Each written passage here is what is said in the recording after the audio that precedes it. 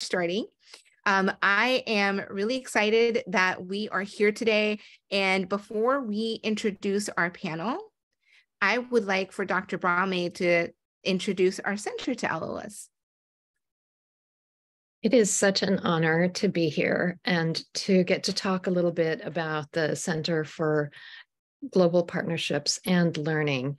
This is a center that was founded about a year and a half ago within GSEP, and it is led by Dr. Gabby Miramontes and run by, and I join her in working with the center along with Dr. Aasiyah Ghazi, who's here with us today, and a number of graduate students.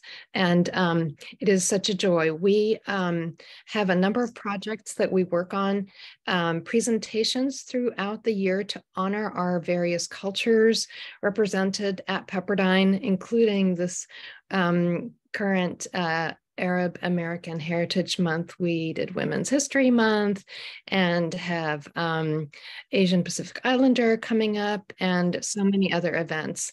We also have a journal, Scholarship Without Borders, that we edit and invite students to contribute and serve as peer reviewers. We focus on scholarly education as well as scholarly communication, for our students. And in addition to that, we have a podcast that we hope that you'll have a look at, Elevating Voices, and that focuses on celebrating our students' accomplishments, including alumni that we welcome back, and they talk about what they are doing with their education and allow our students to listen to these stories and to connect with each other and get inspired and excited about the work that you all will be doing out in the world once you graduate and when you come back and tell us all about what you've done. So with that, I will hand it back to Dr. Aasiyah Ghazi, and she will introduce the panel and get us all started. Thank you so much, Dr. Brahme. I really appreciate that. And I just appreciate you really introducing the center in such a beautiful way. So again, thank you. For those of you just joining in, we are just getting started. You have not missed anything. Let me go ahead and spotlight all of us so that our panel will be spotlighted here. And we are going to get started. So give me 1 second.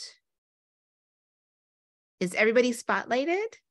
Yes, everybody is spotlighted. Wait, no, I'm missing you. I'm missing you, Rola. Hold on. I'm like, I know there's one that I'm missing. Okay, awesome. All right, so let me introduce our panel. On the sides to me, I have Elias Saade. I have, am I pronouncing it right? Saade or Saad? Saade. Say it is fine, or Saade. Saade. We have the name Saad as well, so there's that without the E at the end. So I'm used to saying Saad, right? So Saade, okay. Lina Safa, Anthony Boulahoud, Dr. Samaa Haniya, and Rola Ramadan. All right. Now, before we get started, I have asked my panel to introduce themselves to all of you, because if I read their bios, that will take over half of the time.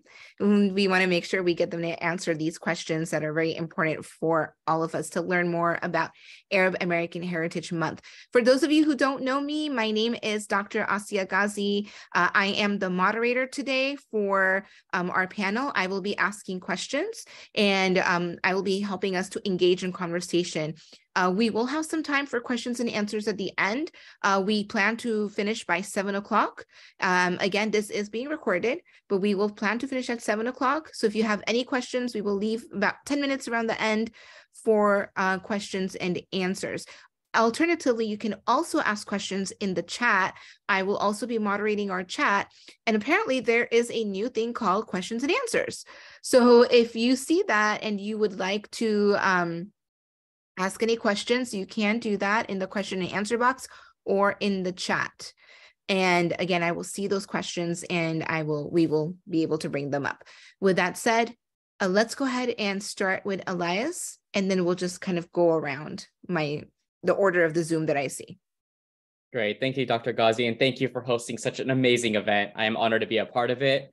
Hi, everyone. My name is Elias Saade, and I am a second-year doctoral student in the Learning Technologies program. I am also an instructional designer at GSEP. I was born in Lebanon, and when I was a month old, I came to San Gabriel, and I have been in SoCal ever, 626. Thank you, Dr. Miyaki Trap.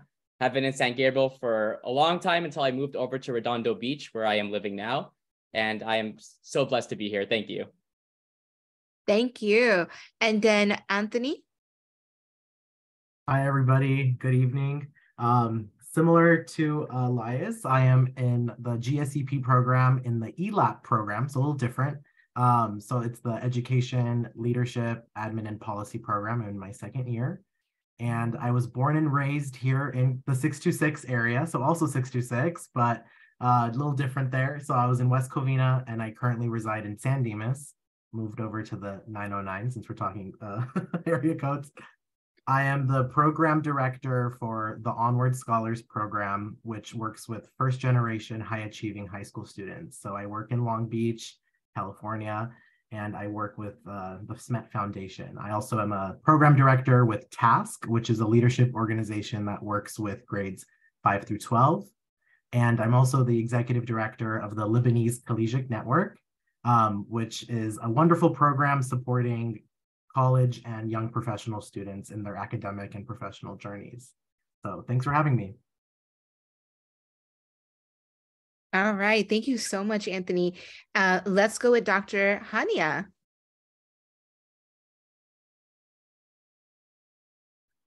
Thank you, Dr. Ghazi, for the introduction and for this great initiative. I really appreciate it to highlight the Arab culture here within GSEP and Pepperdine at large. My name is Samaa Haniya, and for those who don't know Arabic, Sama means sky, Haniya means like, the happy sky. That's why you see me all the time smiling. I'm originally from Palestine. I was born there, and I have been here in the US for nearly 20 years. When I immigrated here, I lived in Illinois, and I just moved here to California when I worked here at Pepperdine. It's so beautiful to be here around people coming from different cultures. It feels like home. I teach in the GSEB program. I teach in the doctoral program as well as in the master program. I teach courses in relation to education technology, learning design, program evaluation, digital storytelling, and so on. My research interest is in the intersection between learning technologies, emerging learning technologies, learner diversity, since I'm coming from diverse background, as well as digital pedagogies, how they intersect with each other so we can have the best learning experience that suit all diverse learners. So that's it. I'm glad to be here, and thank you for inviting us. Thank you so much, Dr. Haniya. And Lina. Thank you so much. What a great honor to be here tonight, this evening. It's not tonight yet, but this evening. I'm Lina, and I'm my second year in the doctoral program, organizational leadership. I was born in Lebanon, raised in Lebanon, lived in Africa, Ivory Coast for like 6 years, then back to Lebanon, and I ended up coming to California. Luckily, I started in 2015, I came here and I started this program. I was so blessed to join Pepperdine in 2019, did I forget when I joined Pepperdine? This is when it feels like home. Okay, well, you cannot determine when you joined. So I'm so grateful and blessed. And yes, Dr. Haniya, yes, it does feel like home. We belong here. This is our family. Whatever we do, this is our ground. So I do work as a case manager at the Program for Torture Victims, a nonprofit organization in Los Angeles. And I did work as an interpreter, forensic, also consultant, language consultant when I first came for 7 years. And here I am, looking forward for the next chapter. Thank you. Wonderful. Thank you so much, Lina. And Rola. Hi, everyone. First, I want to apologize for the noise. I'm sitting in Starbucks because I just got off work. Second, I was born and raised in Saudi Arabia. I have one grandma who's Italian. The other grandma is Turkish. Both of my parents are Egyptian. I came to the US in the 1980s. This is me in a nutshell. Single mom. I have 3 grown kids, 23, 20, and 16. I am a grad student at SEC West LA campus, so I'm not a doctoral yet. So they're winging me in here. Thank you, Dr. Ghazi, for the push.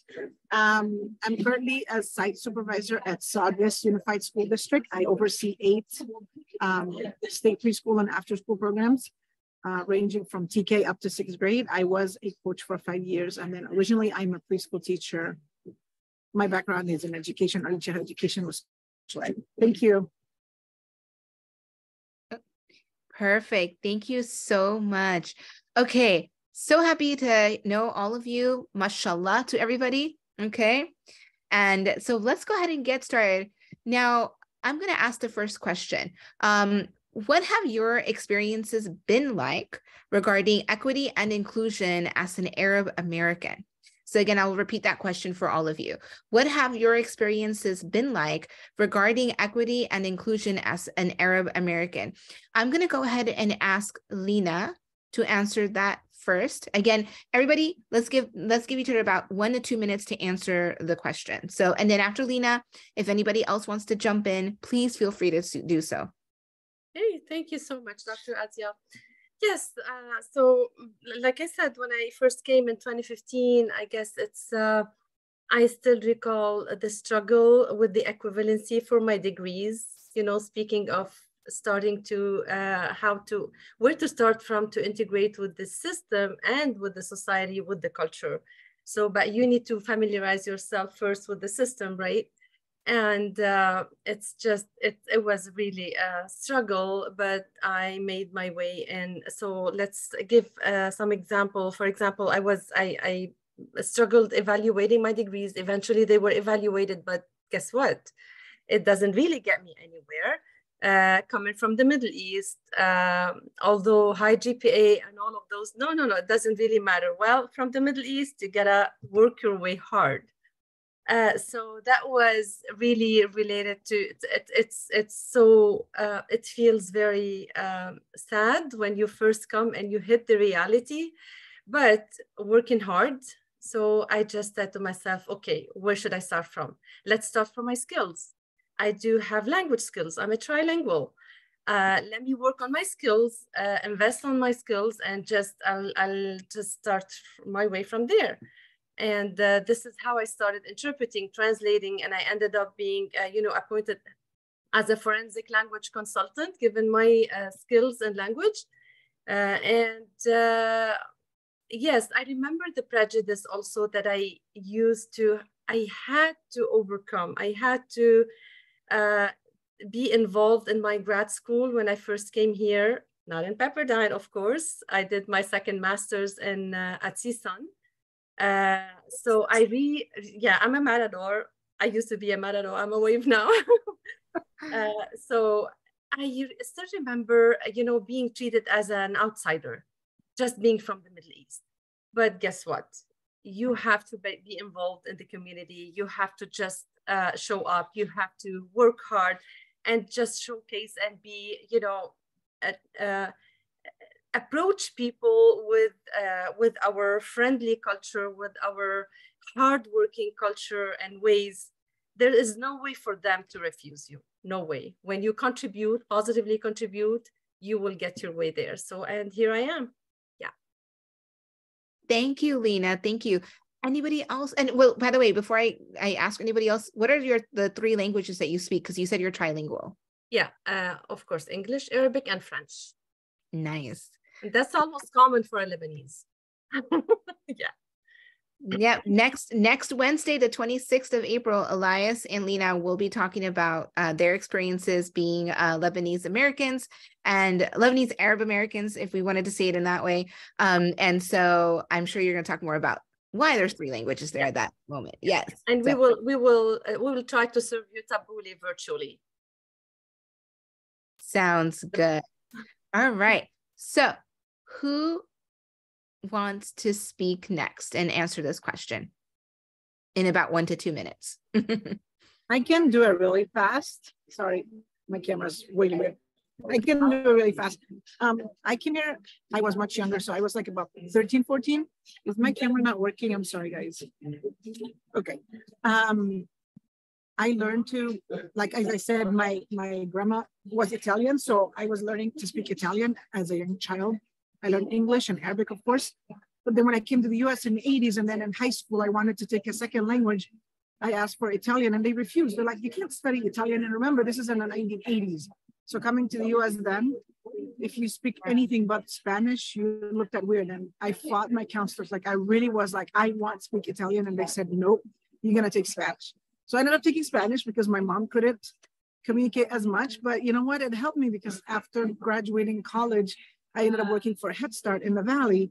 And, you know, that's how I learned. So now I read and write in all 3 languages. So I did have the same problem as translating the transcripts, but, you know, coming from middle school in the Middle East or Saudi until here.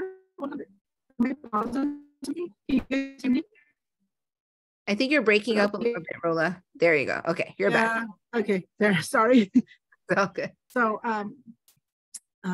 when I was coming from school back home, you know, in like you have 5 Arabic languages like reading, writing, grammar, and then the 5 religion, you know, Quran, tafsir, and all those things. So when they take like 5 subjects out of it, like my GPA was like below 1.0. And they were like telling me, did you like fail everything? I'm like, no, you guys took up, and over there's like cooking and sewing and all of that as subject in school. So when they took out all of these subjects, I had nothing, and they asked me to repeat 9th grade. And I was like, I'm not going to repeat anything. I finished it back home. They're like, but you don't have enough credits for us. I was like, I don't care. I already did. You guys fix your system. It was really hard for me. But then when I finished high school, I was 16 and a half because I didn't repeat 9th grade. So I had like 1 year of just going to adult school, continuation school, to make up the missing credits. And I was so upset. I'm like, why am I'm done with this? Like, I was taking math and history and like short American lit, the things that I've done back home, but of course the grading system is different. So I did face the same challenges as Lina, Dr. Lina doing it. So, but you know, here I am today. I overcome it. Thank you. No, thank you so much for sharing that, Rola. That is definitely a huge issue that I know is encountered, especially when you're trying to bring your classes, you're trying to get all these credits, and then they refuse because you have different curriculum in another country versus what we have here. So it can definitely cause those issues. I'm going to move on to the second question, unless anyone wants to answer the first one. Did you want to answer? I was going to just chime in. Yeah, I was going to chime in real quick regarding inclusion in particular. So my story is a little different than my peers here because I was born here in the States. So my experience is one of a first-generation Arab American. So my parents moved here in the 1980s with my oldest sister. And, you know, obviously not knowing many people, you have to find your niche, find your community. And so in many ways, you know, our family felt included by getting a part of the church. So we find a lot of our community, a lot of our friends, and we call them our extended community, you know, as members of our church, of our parish, you know, and so that's how our experience has been welcoming because of that, you know, finding other people who understand the culture and who, you know, we can celebrate the culture with. You know, we have annual festivals that remind us of home. You know, lots of things like that. Being around familiar faces is definitely very comforting. And I think that's one way that my parents felt included moving here, because it was very hard, you know, to move here because, as previously mentioned, you know, degrees necessarily aren't translated here. So they're not fully recognized and accepted, which is a whole nother conversation we can have because, you know, both of them were very good educators in Lebanon and very well esteemed in that sense. But when coming here, you know, they face some challenges with that. But yeah, I wanted to mention that note. No, I'm glad that you mentioned that, because that's your experience. And I know, Elias, you have your hand up too. Yeah. I wanted to kind of piggyback off of Anthony, because we have similar church experiences. We went to the same church camp and bunked together in our church cabin. So we have a great history together, but I completely agree with you, Anthony. World, very small world. Very, very small world. Saw him in orientation and blew my mind. But I have kind of a very similar experience in that feeling. And I'll be honest, I feel like I'm taking my first steps in digging deeper into my identity, and especially with the idea of equity and inclusion and how it relates to me as like a Lebanese Arab American, and trying to tie that in. So inclusion, you know, as I'm reflecting upon it, as I look back on the past, you know, my parents also, and including myself, feel very included into our culture with our church community, who is predominantly Lebanese. We go to Our Lady of Mount Lebanon over in LA. And then, you know, going back to school, it'd be a little bit different. I can touch upon this in a later question, but try to feel included in there. So like as part of like a student, so I would hide sometimes my Lebanese identity there. And that kind of sort of created a little bit of a drift. But with my church, especially with my parents, they say frequently, who they're both on there, hi mom, hi dad, they feel very like that church is a community, and it feels like little Lebanon for them. And that's where the joy comes in. And even when we have family coming from Lebanon, they say, I feel so like welcomed here. I can see why you're here. This feels like Lebanon. I love that. Yeah, because those experiences, and then of course, you know, you're in that community, and then you're coming together and you have, you know, these experiences, and equity inclusion is so important for us, especially with, you know, being able to feel that inclusion in the community. And I completely understand that. And that leads me to number 2, which is, how do your experiences internationally compare to your experiences here in the States? Because I'm sure that's really different. Can I also follow up regarding what Elias said previously about diversity and inclusion? So it's really important, like, you know, when we feel like maybe you're coming from a different culture, you know, we have like different traditions and things, so different celebrations, different family traditions. So for me, when I first came here, it was like really kind of different, shocking. So I was like, you know, to feel included, I tried to also get to know my neighbors, get to know the people around me. And then when Elias was talking about like his experience in schools and things, like, yeah, it brings like my attention when my kids used to go to school. I used to also celebrate, like, you know, with them, go to the schools, talk about the Arab cultures, talk about like also our traditions, especially like when we have like Ramadan, and you'd introduce the people, what does that mean? And then give them like goodie bags from like, you know, our cultures. And so I tried to be included also. We have also to, you know, to get into the culture, understand, and telling them about like similar to what you are doing right now, Dr. Ghazi, like, you know, bringing awareness about Arab cultures. So this is what something similar I used to do to help my kids feel included, and then they can like speak out, they can participate, to get to know them better. Because sometimes like in the news, maybe they hear different stories. So I think this is really important. So like being and also inviting other like friends to our house, celebrating also their different occasions and their different you know, when they have like different celebrations. So we always share and like have like, you know, not only understand but honor and respect our different identities, different celebrations, and the different cultures that we came from. So I think this is really important, because like diversity is not bringing people in, but also having them feel like respected and, you know, honored by having this social ties, which is like really an important aspect in the Arab culture. And like you mentioned, that take us to the second question: how's like your experience here in back internationally is different and similar? Because in like in Arab culture in general, it's like really it holds tie, like, you know, this social ties. They have like lots of people coming in. So if you're in your house, you can just have somebody knocking the door and coming to visit, wants like to drink a cup of tea with you, just to, you know, to hanging out, or they might like, you know, go out somewhere. So it's like this social ties, getting to know people and spending time with them, appreciate like our differences. So I think when I came here, I felt like, you know, the culture, like the social tie is not like as common as it's here in the US. Like it's, you know, people all the time work.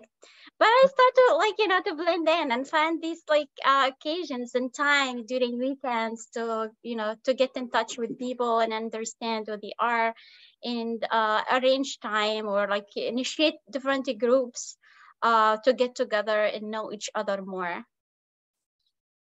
So I'll leave it here and give others a chance to continue. Thank you, Dr. Haniya. So anybody want to pitch into that second question about how your experiences internationally compare to your experiences here in the States? I can pitch in Dr. Haniya's question as well.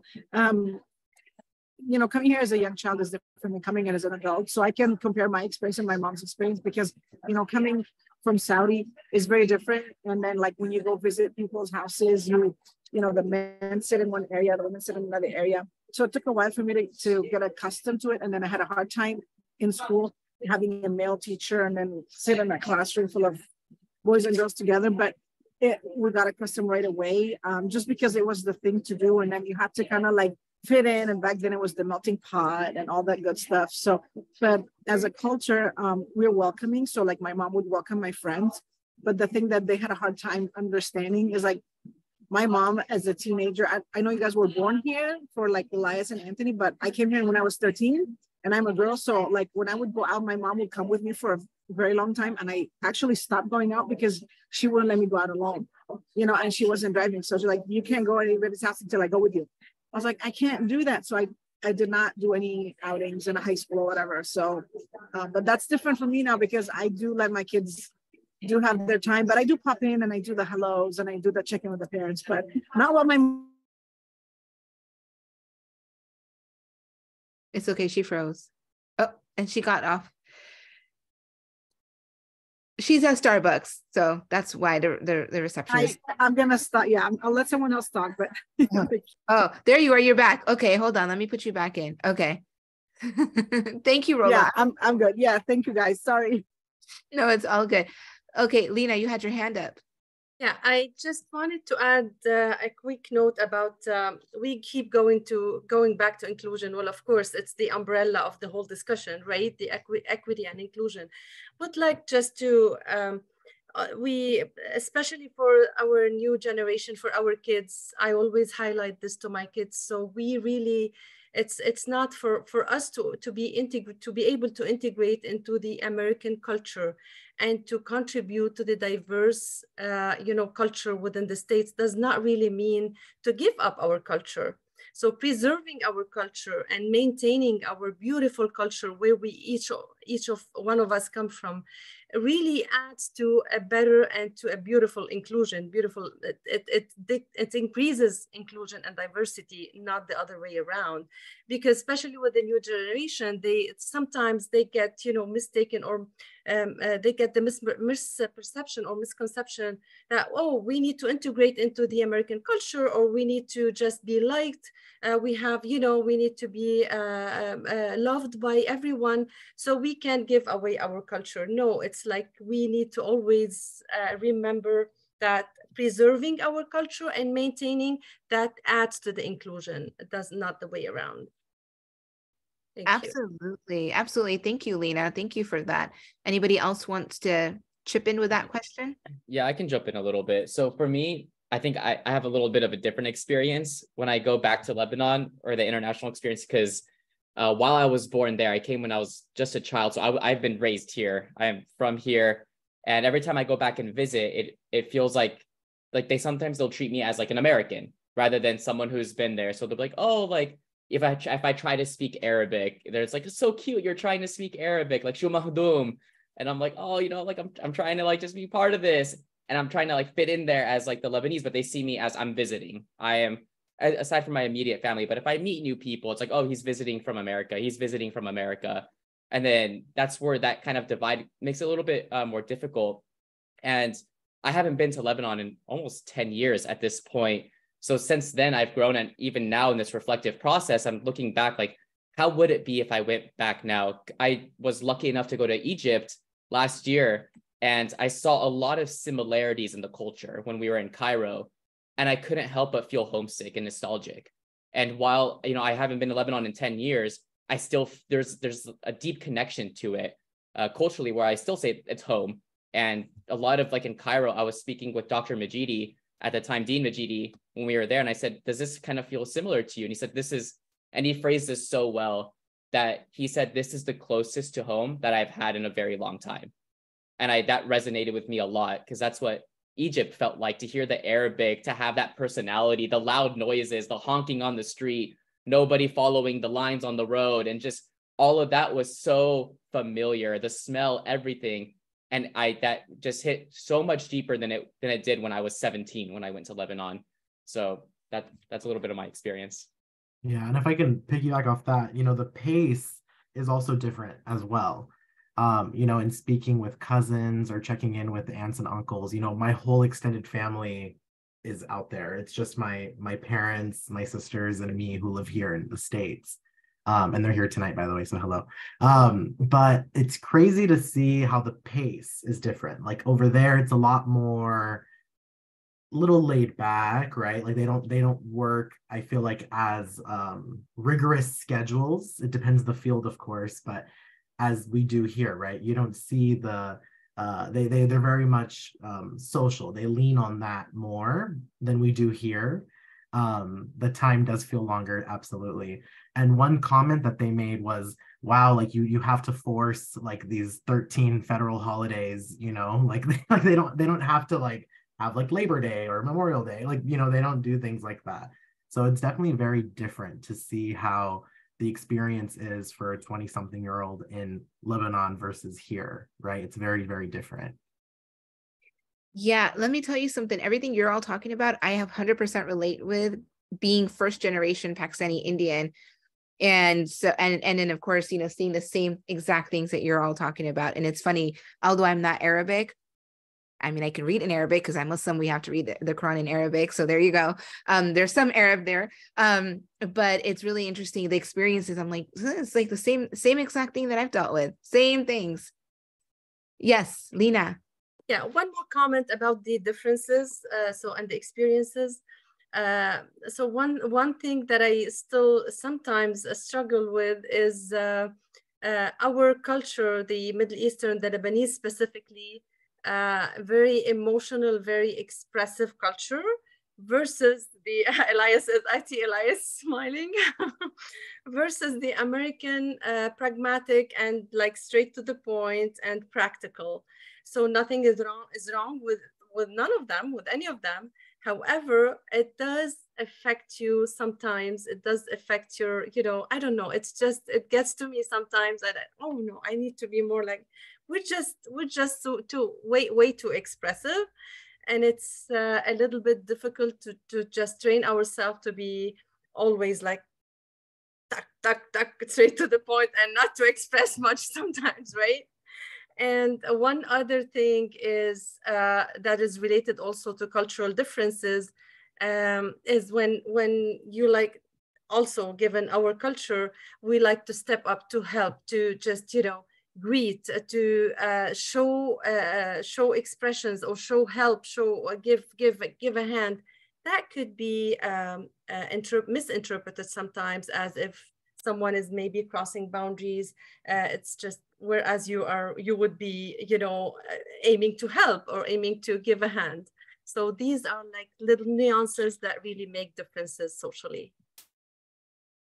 Absolutely. Absolutely. Thank you. Thank you for your all of your perspectives. Dr. Haniya, do you have anything to say? No, I actually agree with them. So yeah, there are some. I was laughing when Lina was talking about that, because I feel like, yeah, we're like more kind of emotional, when we talk, especially like, I think sometimes like you should have like a boundaries and like be like kind of firm in some situations. So starting to adapt to this as I go on. So I think, yeah, what Lina was mentioning, yes, this is really something we still have it, and our kids actually get it from us. So yeah. Yeah, it's interesting. I saw a reel on Instagram just a little while back, and there's this person that he teaches Arabic, and I was listening to him, and he was kind of making fun of the emotional part of it. So you guys were talking about the emotional part of it, and he was saying, like, for example, even when two couples are fighting, they're so like the emotions are so like, yeah, habibi. And then it's like, yeah, Albi, you're like, okay, you're saying my love, my heart, but at the same time, you're fighting with each other. And it was just so, yeah. So that brought me back to that reel. I have to share it with all of you, but I thought it was so interesting. It was so interesting that you both said that. So we're going to move on to the next question, because I want to try to get to as many questions as we can while we have the time. And I really appreciate just the conversations that we're having. It's so, so nice. I'm actually going to skip one question because I want to go to this question, because it's for those of us that are fasting. It's Ramadan. Some of us are starving. We want to know about some food. So with that said, what are some of your favorite dishes that you share with your family and your friends? So let's go around the room here. Let's start with Dr. Haniya. Sure. Yeah. So speaking about food, and how many 1 hour to break our fast? Kind of feeling hungry. Okay, so my favorite dish is grape leaves. Stuffed grape leaves with rice and vegetables. So it's really I like this dish. It's not because it's hard and it takes time to do, and I do it like occasionally, but it brings to me brings me back with memories back home when my mom used to do it, and we used to like get around the table, each one of us like helping, trying to roll each leaf. So it's like this family connection when we all get together and try to talk about, like, we laugh, we like sometimes have cry, or sometimes remember things. We remember the past, we look at the future. So it's like a time for us to get together while we are also being creative, multitasking, doing the grape leaves. So like the grape leaves, it's just the grape leaves. You boil it and then you fill it with rice and vegetables. And so it takes time because you have to roll each leaf. So usually we do it together as a family. So my mom, my sisters, even my dad, my brother, we all get together and work. And then we talk about our life in general, things that concern us, things that are really important in our life, future plans or things in the past. And I still do this habit. Like, if I wanted to get, my child all around me, come on, let's do grape leaves. So we get together, we talk, and just naturally all the words will come out. We talk, we work together, so bring us all together. And at the end you eat a very a very nice and delicious food. I'm not sure if you tried it before. So yeah, so that's my favorite dish. I mean, I have other things, but I don't want to take the whole time. So I will give time to others. Absolutely. I love stuffed grape leaves, and I know it takes so much time to cook or to make, but like you said, the beauty of it is you're together with your family, and it's Let's do it next time together, Aasiyah. Yes. Yes, I'll come over. We'll do it. Yes, I would love to do that. It would be amazing because honestly, yeah, it's camaraderie. Like I cook with my friends, I cook with my family. I love it. And it's such a beautiful thing. And I love that you just talk. And you don't feel the time.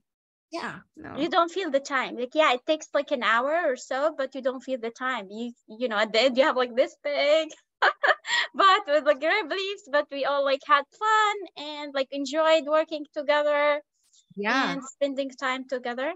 So next time I'll let you know. Yeah, that's the beautiful thing. Yeah, I would love and to. Anyone else, you are all welcome. So maybe we can have it like in GSEV. Absolutely. Absolutely. Yes. All right, Elias. Okay, this is my favorite question and a difficult one too, because there's so much that I love, but I love a lot of the like home cooked fields. Hi, Mom, again. I've been spoiled with her cooking growing up. So tabbouleh is one of my favorites, but she makes a lot of like the home dishes, like mokhiyeh, fasolya and riz, which is like rice and beans mokhiyeh. I honestly don't know what mokhiyeh is in English, but I love it. It's like, I don't know if it's spinach with, shout out to Elias's mom. But that's such like gefta, and I always make like all the tabakh and I take it home. So I love a lot of the home dishes, but also to Dr. Haniya's point, and yes, tabbouleh and fattoush are both amazing. To Dr. Haniya's point, it really is like food brings a lot of us together. For example, we had like an Easter event, and shout out to my sister who's also here, just had a baby. So her and her husband are here.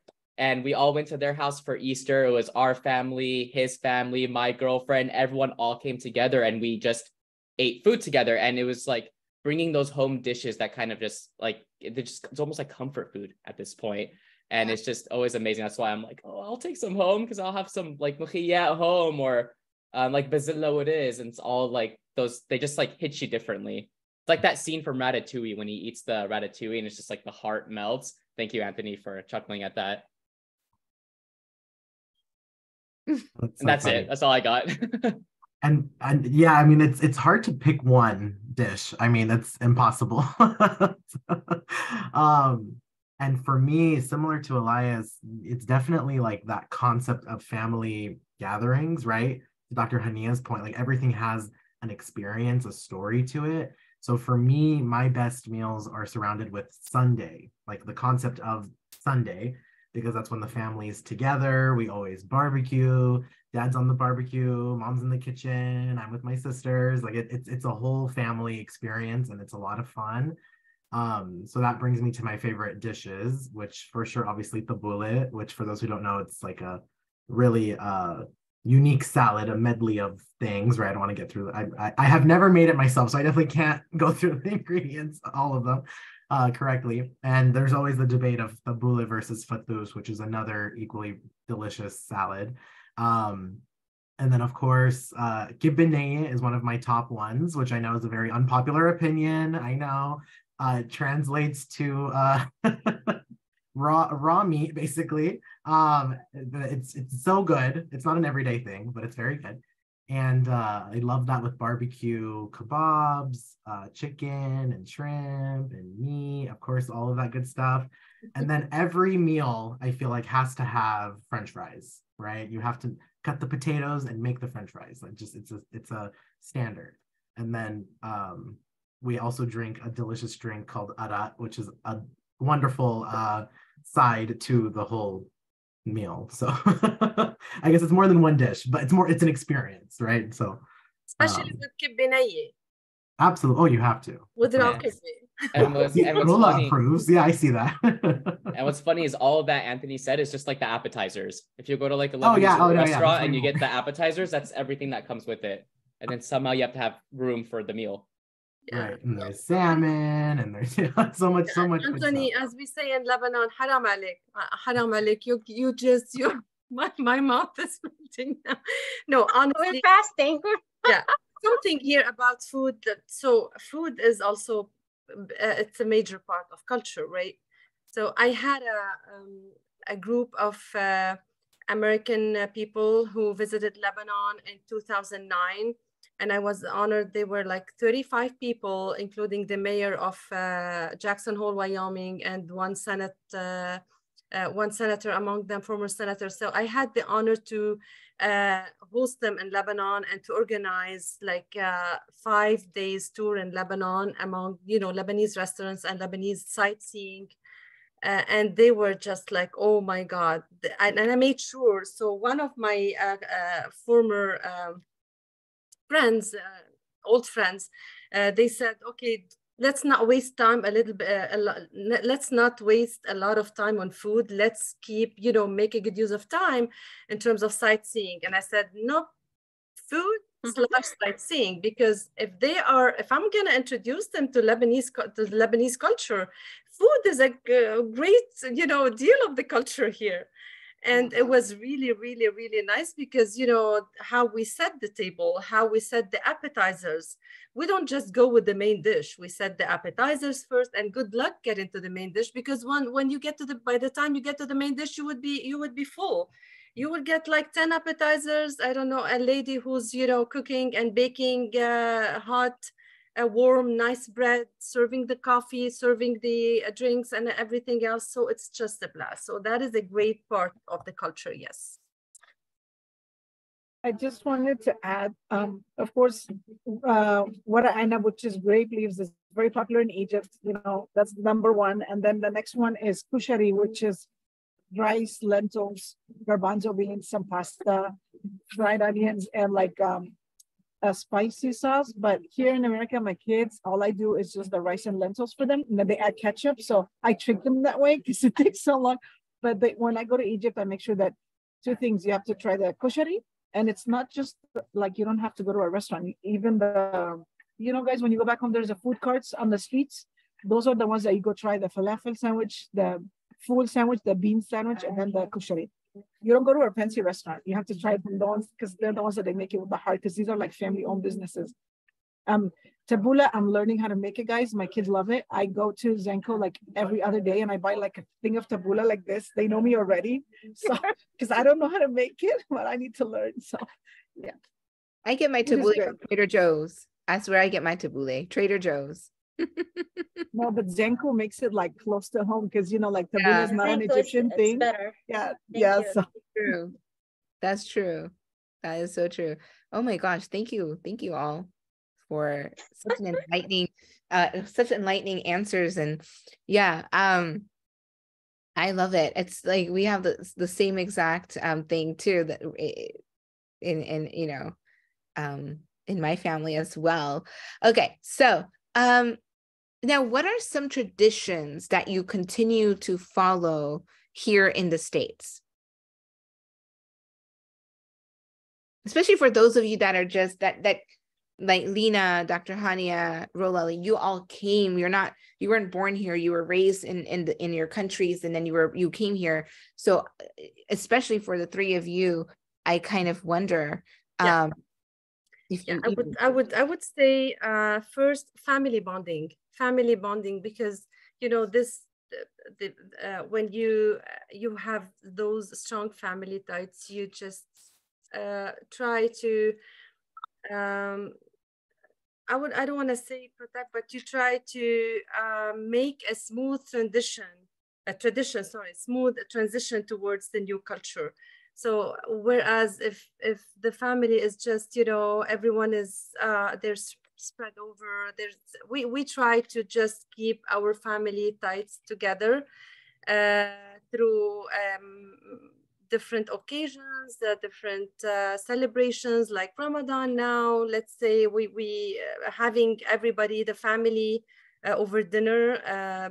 I was out with one friend one time lately, and I was saying, oh, I have to get home to just get my family's dinner ready, breaking our fasting. And they say, well, your kids are grown-up kids, and you really still do that? Well, that's what we have to do. Not that it's a requirement, but it's, this is how we bring the family together. This is how we sit and we exchange, dialogue, conversations. Yeah, those are very important to maintain, and also extend them to the community. around us, like introducing the community around us and friends about our religion, about our tradition, about our celebrations.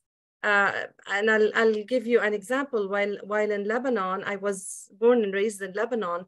I used to celebrate both, and I was telling Elias and Anthony, Palm Sunday, Easter, and Ramadan as well. So I still remember wearing the new dress with the new tall candle that is taller than me, decorated with olive branches, and going to the church with my neighbors and just, you know, celebrating. And at the same time, the same way with our Eid, our holiday, when I have new clothes. So we try to keep these things here alive.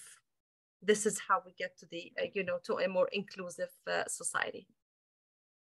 Absolutely. Thank you. Anthony, I know you have to jump off for another meeting in 5 minutes, but I wanted to see what your thoughts were about this. Yeah. I have a work event after this, so I apologize, everybody. But yes, for me, you know, I'm Maronite Catholic. And so for us, ways that we keep the tradition, you know, ties a lot back to our faith. So celebrating Lent, which is a 40-day experience, right, leading up to Easter. That's something that we still do and we hold on to. The Epiphany is another holiday that we also celebrate. Christmas, etc. So that it's very much faith-based, but a lot of ways that we're able to remember where we came from and who we are, kind of to my earlier point, is by coming back to a familiar community. So my church in West Covina is one that is, it's a 626, right? Back to our earlier comment. That's, you know, near and dear to our heart. We're there all the time. You know, I used to teach catechism for grades 4 and 5 for several years. My mom taught there for over 20 years, and we've just been ingrained in the community, right? Whether serving on the board, I founded the high school youth organization, and we would take the kids on retreats and lots of like immersive experiences, you know, things like that, that reminds us of home and of community. And so those are really special moments. When my parents first moved here, you know, my dad has a very entrepreneurial spirit. And so he actually started a business, and it was actually a Mediterranean market. So it was in Montclair, for those of you who are local to Los Angeles. So it was in Montclair, and it was a great little store that sold a lot of imported goods. They had a deli, they had it was a full service store, and it was great. And then later moved over to the West Covina area. And so that was also a hub for people to come and to meet. And in fact, our really close family friends, we met them through that store. When my dad first moved here, he was here 3 months before my mom came with my oldest sister. This gentleman came to the store, and, you know, he was talking, and they were just talking, and, you know, my dad's like, oh, I'm new here and all that good stuff. And he's like, oh, like, is your wife coming? And he's like, yeah, she's coming. And he's like, oh, I have a wife. And he's like, oh, great, and she's coming with my daughter. Oh, I have a son. So they became 35 years later our closest family friends. And, you know, as I mentioned earlier, we don't have extended family here, so you really lean on others, you know, and those are what keep you going. Those kinds of people keep you going. So yeah, that's what I wanted to share. But definitely, you know, those opportunities help us fill those voids sometimes that we feel when we can't go back home, you know, as often as we hope, or see people face to face. So yeah, that's what comes to mind. Awesome. I love it. Thank you. Anthony, if anybody has questions that they want to ask you, where can they reach you? Oh, I can put my email in the chat. I can stick around for a few more minutes, but I'll put my email in the chat here. Okay, awesome. Because Thank you for the opportunity. I really appreciate it. Of course, because I want to make sure that if there's any questions, anybody has any questions they want to maybe ask you, they can just email you and get in touch with you that way as well. So the email. Sorry, I wanted to ask Anthony and Elias a question, because I know you guys are like a little bit older than my kids, but do you guys stay close to your grandparents if they're still around? Because I make sure that my kids talk to my mom every day. If they might not even be looking at me, even though we live in the same house, but they call my mom every day. So I'm curious if you guys do that. This is one one thing that I hold on to is staying close connected to the. Yes, when my parents moved here, technology obviously wasn't around, so they actually would send tapes to each other. They would send recorded tapes, and we're in the process of moving, so we actually just discovered a box of old tapes and VHSs, which is really great to kind of look back on. But that's how we originally communicated back and forth with our grandparents, and then call cards, of course. Spent lots and lots of money on call cards and lotto tickets, which is also a concept here in the States that is pretty cool. So for 35 years, we've been trying to win the lotto. But yes, so that's how we would keep in touch. And then now, obviously with technology, we rely on apps such as WhatsApp. It's a great way to connect. Unfortunately, though, my grandparents all did pass away by the time I was 5. I am the youngest in the family. But I do know my older sisters definitely had the opportunity to speak to them very often. Yeah, great question. Yeah, and I can add my piece in there too. A little bit different, where some of my family, my grandparents have passed, but similar to Anthony, my family here is my mom, my sister, and my dad. And the rest of my extended families, most of them are in Lebanon. The closest one's in Canada. She's actually here too. My aunt Selma is here tuning in. So she lives in Canada. But just my mom, my dad, and my sister are here. So I didn't really speak much to my grandparents growing up. When I would go to Lebanon, I would speak with them there. But after that, I haven't maintained as much of a connection. And again, to Anthony, like the call cards, and now with WhatsApp, it's still not as deep. And I think what kind of filled that void was my church community. My best friend, his grandpa, I called him my own. Like he would be my grandpa. So when he passed about 2 years ago now, it was like my grandpa was passing. So they've kind of taken on that role for me. Nice. I love that. Thank you for asking that question, Rola. Yeah. I just try to, because I'm like, your question is how do you keep like traditions? Because growing up in Saudi, I used to go to Egypt in the summer.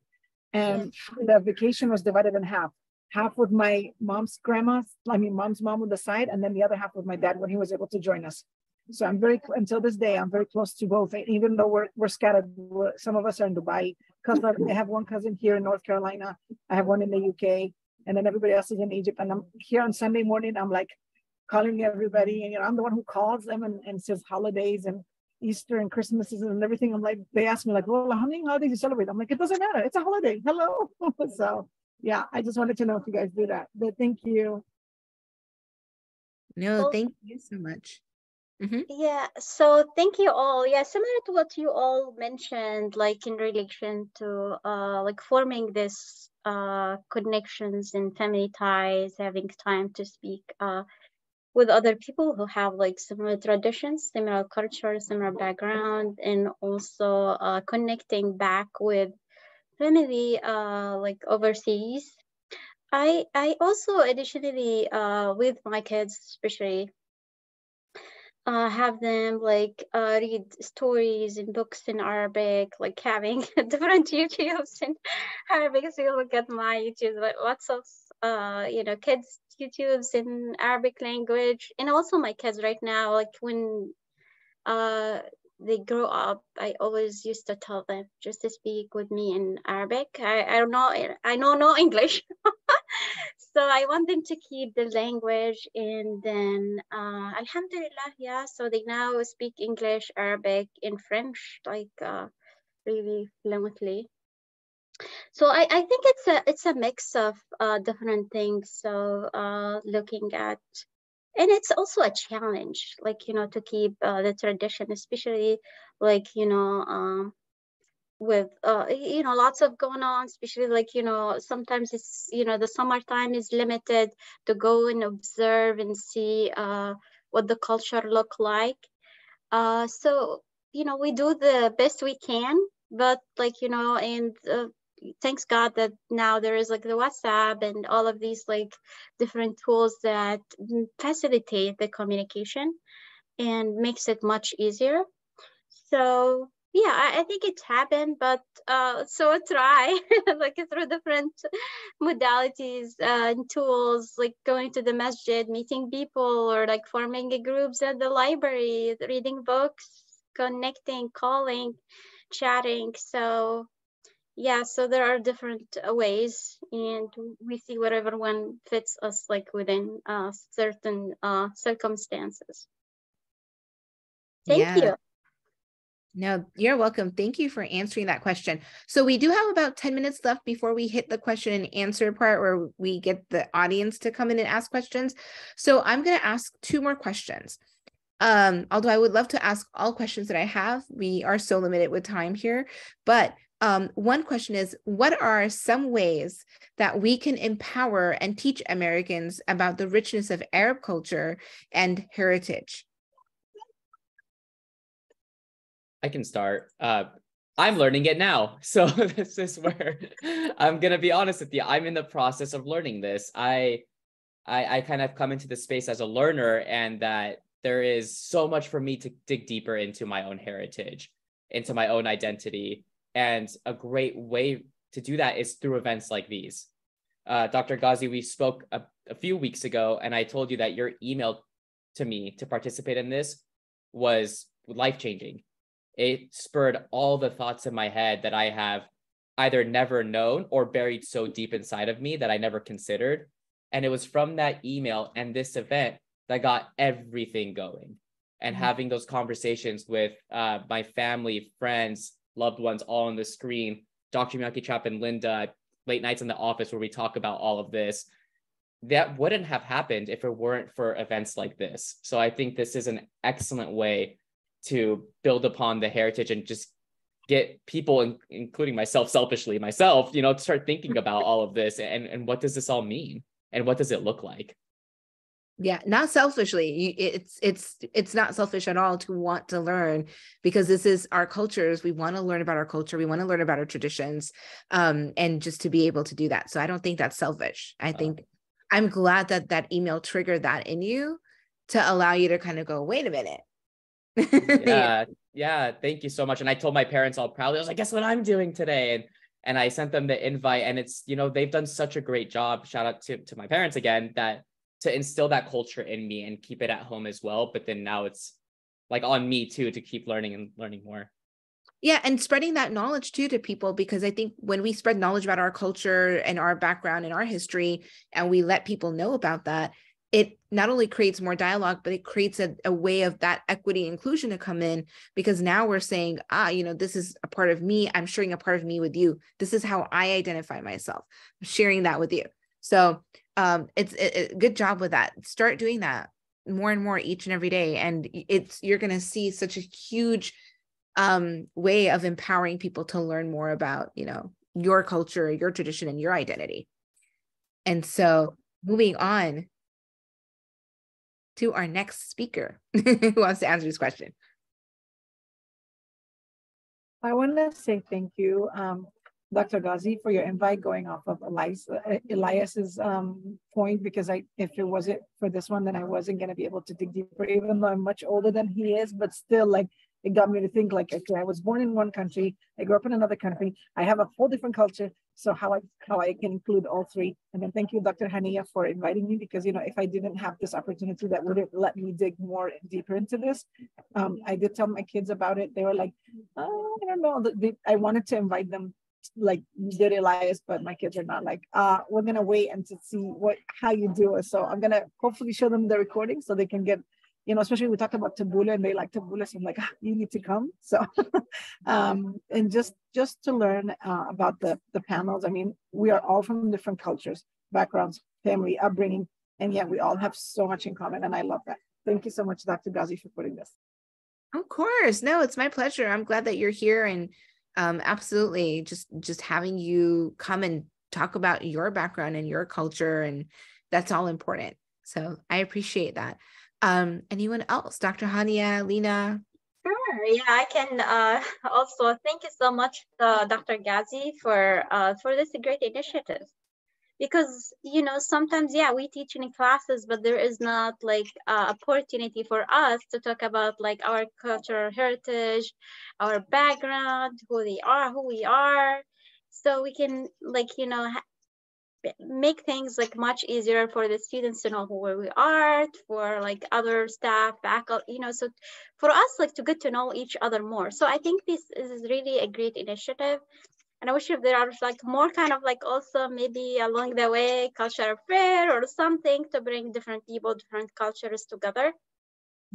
So this is really great, because like sometimes when you think, and when Elias was thinking, Lina was talking, brings also memories back, like when I was here, how things have changed, and how this has changed impacted me, and how this like also when I was raising my kids, like bringing all of these memories, and how like each time you learn from your experiences and you build on, and you keep going. So all of these memories actually to help me to refine like what I'm doing, my practices, and how we can like make the best of it, like how to show how like to show our traditions, and how like we are also appreciating different cultures, in more an inclusive society. So I think this is really a great idea of like, highlighting. So for me also, it would be really interesting, like knowing different cultures and coming together. So that makes like remove all barriers between like all of us, and we better understand each other. So I think this is really great. Thank you for working on this. This is really great initiative, Dr. Ghazi. Of course. I think we need to continue this initiative and this tradition each and every year. We're going to get to that question. Lina, do you have anything to say? I really don't. They said it all. I do assert on making the raising awareness and getting engaged into more community activities within the community, whether within Pepperdine community or the larger community as well. So yeah, making like those interactions, social interactions, community interactions. This is how we keep going, and we introduced our beauty of the culture to others. But like I said, going back to my first note, to my first point, it only happens when we ourselves maintain and preserve our culture, right?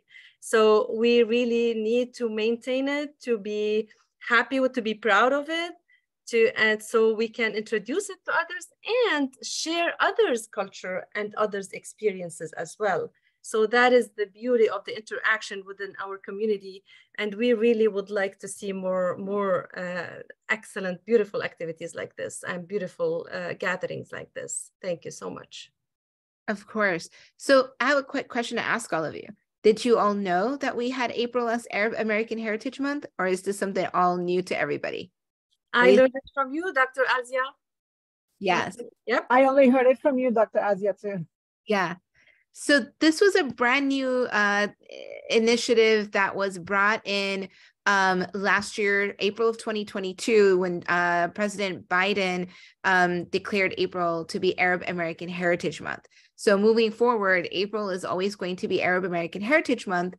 And so now that we know this, and now that we are seeing this representation happening for our Arab Americans, just to be able to be represented, to be able to be seen, to be heard, to be included, right? And having a month specifically for this. So the question is, now that Arab American Heritage Month is officially in April of each year, how do you plan on celebrating this month next year?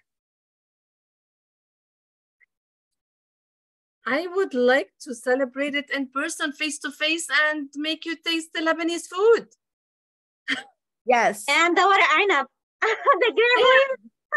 And again, shout out to Elias' mom. I know she would be there, and she would help, right? I think we just do this again next year. I agree. And bring like in person is great.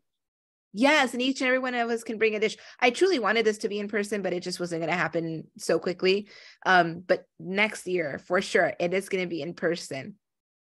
And so it is 6:50 p.m. I want to leave time for our audience to ask questions and answers of everybody. So please go ahead and unmute yourself, or you can raise your hand, and feel free to ask questions of our panel. And we will go ahead and make this into a really lively discussion for the next 10 minutes. And then at 7 o'clock, we will be done. Yes, Dr. Miyake Trapp. Thank you so much for this amazing discussion. It's fantastic. And Lina, the last thing that you said was just so powerful. We've got to celebrate our cultures. We've got to keep them alive, right? Like, culture is an action.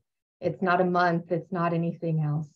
So thank you for just that reminder for all of us here, that culture is active and it takes preservation and value. So Elias is freaked out of his mind because he knows I'm gonna ask him a question. But Elias, you are very proud of your new nephew, Luca, and it's like the highlight of your life, and I'm sure for your family that's here. So my question to you, Elias, is like, what words of wisdom do you have in regard to preserving your culture? What guidance would you give to Luca as the next generation in your proud Lebanese family? That is an incredible question. And it's not a necessarily easy one, because my journey, I want his journey to be, I think the best way to answer this would be, for me, I want him to be proud of who he is from the beginning. I think for me, I struggled with both sides and kind of had to find my way, and I'm just starting, and it's a beautiful journey now. But I want Luca to always be proud of who he is. I want him to be confident saying he is Lebanese. You know, he has a proud mom and dad, his grandparents, his uncle, and I want to be able to model that for him. So part of this journey that is so kind of, that gets into the heartstrings, is that Luca is here in my life, and having that nephew in my life changes a lot. And it makes me really want to focus on, okay, I need to really like be strong and figure out like who I am and what my identity is, so Luca can as well. And I can be there for Luca if he goes through this, when he goes through this, that he doesn't waver, and that I'm there to support him in every way. But I got to be able to do that too and have that core. So those would be my words of wisdom for Luca.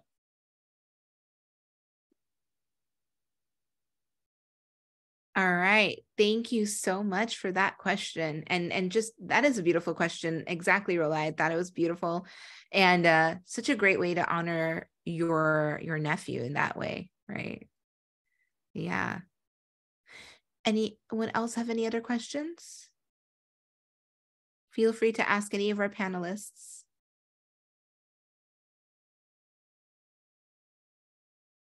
Yes, Lucy. Well, I have a comment more than a question. I feel like a lot of times it's our ignorance cause those kind of misunderstanding and confusions. And I really, really appreciate this platform. And thank you all, Elias, Lina, Dr. Haniya, Dr. Ghazi, Rola, and earlier Anthony, like telling us about your story, about your culture. And I learned so much. Thank you so much. This is amazing. Thank you so much. Yes, it's a lot of fun. And so do we have, yes, I see a hand up. This hand up is from me. We're in the same office right now, so I just kind of scooted over. But thank you. Thank you for sharing, and I really appreciate this time. And I just wanted to ask about, do you have any authors or literature that, you know, you find, I guess, that you identify with, or some like piece of literature, music, or something that that we can kind of share? Thank you for asking this question. Yeah, and you reminded me of a comment that I wanted also to share. What I think I shared part of it, the power of language and music in terms of culture. So language and music, so of course, language, music, food, but language and music are so powerful in enhancing our roots and going back to our culture and introducing that beautiful culture to others. And when it comes to the Lebanese culture, we have like many to share with you in terms of authors. I'll write them down in the chat here. Mikhail Naimi, Jubran Khalil Jubran, Amin Malouf. I mean, I just can't talk enough about them. And when it comes to music, of course, we have the idol Fairuz. We have, help me out, Elias. What no, I mean, with all due respect, we're talking about the legends here. Go back even more. She said, wow. You gotta go back. No. We're talking about the you know, just like the, I don't know how to call it. It's like part of the history of Lebanon. They are part of Lebanon's history. Yeah, all the new ones are very respectful. I love Wa'el Kfouri, but we're talking about the history. So the beautiful heritage. Yeah. Well, the same thing for the Egyptian. Oh, sorry, Dr. Lina, cut you off. Just to go off of what Dr. Lina said, music history is good, and also, you know, like you were saying, go back to the real history. Like Kulthum is like one of the most popular Egyptian singer. I mean, she's known across the Middle East. Like my generation and back, they all know Kulthum. They listen to her. One of the major authors that I like to read for in the Egyptian literature is Naguib Mahfouz. So he's a very good writer. He's very well known. I can write his name in the chat. I'm sure there's a lot of writers, but I resonate with him more just because I appreciate the Arabic language. I like poetry. I used to write poetry in Arabic and in English, but I stopped and I'm trying to go back. So, but yeah, those are the top two that come to my head because I'm like Dr. Lina was saying, there's a lot more to appreciate, but at the moment, yeah, it's the ones I think of. And please call me Lina. I'm still a student, and I feel so embarrassed when my doctors are here. I'm still a student. I'm not even a candidate yet. Hopefully, I get there next year. I'm with you on that. All right, awesome. I love it. We got a couple more minutes left. If anyone has any last minute questions, and otherwise we will start wrapping it up.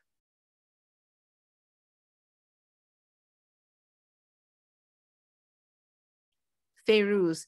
Oh, is Fairuz a Lebanese Arab singer, Lina? She's a Lebanese legend. Yeah. I haven't heard Fairuz, but I listen to Amr Diab all the time. And no. Fairuz is song. Yeah, I'm sorry, Dr. Ghazi, with all due respect to Amr Diab, but Fairuz is something else. I grew up like you have to listen. I listen to her. She's amazing. She's amazing. You have to listen to her. Her music is amazing. Oh, I'll definitely listen. And I listen to Kulthum. I've heard my uncle actually liked Kulthum. So that's he would listen. I'm like, what is that? You like Arabic music? Okay, cool. Oh, okay. Yes. Hey, do you think we can bring on your nephew? Can he make a Zoom thing? Can you bring him on, Elias? I'm not sure. Fabian, Rita, I don't know. Is Luca camera ready? Yes, we are getting him camera ready. He was taking a nap. Spotlight. Yeah, I could totally spotlight. Let's do it. We just have to. Everyone, this is my brother-in-law and my sister. Hello. Just added the spotlight. Hello. And can you guys hear us? We can hear you, but you have the blurred back. Aww. Video setting. Oh my God, I have to blur the background. 1 Hey, second. because the background is still blurred. Maybe bring the baby closer to the camera. There we go. There we There go. you go. Oh, There's the baby. congratulations. Oh, beautiful. Thank you. Thank you. Mashallah. Mabruk. Aw. He is so lucky. He's Wonderful the best presentation, uncle. guys. ألف مليون Thank مبروك. you. That's what we say in Egypt. ألف Yeah. مليون مبروك. يتربى في عزك. Looks like a future wave. Yes. Yes, Dr. Dr. Brahm is Brahm. recruiting. Oh, yeah. I love it. Aw, Thank you how- guys, and thank you for a great He's presentation. saying, thank you, Thank you. Khalo. Thank you, Khalo.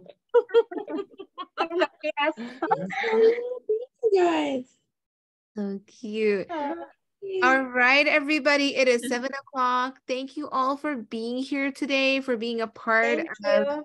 Yes, for being a part of the panel. Again, we will have another event with Elias and Lina next Wednesday, the 26th. They're gonna speak on their experiences being Lebanese American, coming from 2 different perspectives. And I wish we had more events coming up this month, but these are the only 2 events we do have: today's event and next week's event. But next April, I hope that we will be able to do a bigger event in person. And I'm sure I'll figure all of that stuff out when that time comes. But I want to thank our panelists. Thank you so much. I know Anthony had to leave, but I thank him for being here. Thank you, Lina, Rola, Dr. Hania, and Elias. Thank you for being here, for representing the student and faculty voices as Arab Americans, and for just really enriching us with all this amazing information and about the traditions and the culture and the food, and just really kind of letting us know what some of the challenges have been that you've had to overcome and things of that nature. I wish we could do more and talk more, because we could have conversations for hours. Everything that you all said, I relate with 100%, because I'm also, in that same boat. And so I love listening to everything you all had to say. But with that said, thank you everybody for joining us. Again, we hope to see you again next week on the 26th of April. It will be at 5:30 p.m. Pacific time. So please join us, and we will see you all next time. Take care, everybody. Thank you very Bye. much. Thank you, Dr. Ghazi. Thank you, Dr. Thank Ghazi. you, everyone. Bye, Thank you Dr. for this Ghazi. opportunity. Bye, everyone. Bye. Take Thank you, care. everyone. Bye. Bye. Bye. Thank you, everyone, for Thank you. coming.